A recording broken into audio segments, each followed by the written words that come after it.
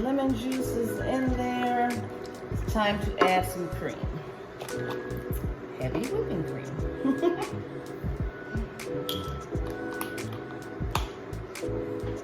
I'm just gonna stir that in there.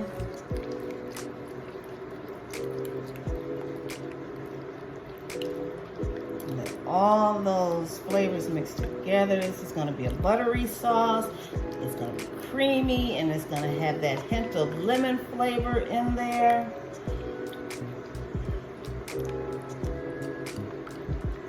I am going to add just a little bit of salt to this, because we did use unsalted butter.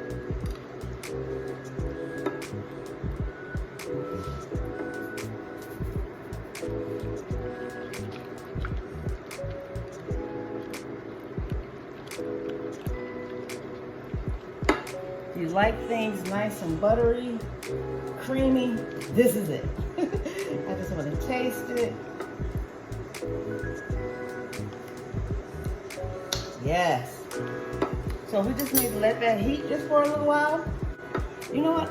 I'm gonna actually squeeze just a little bit more lemon in here. Lemon juice. Just a little bit more.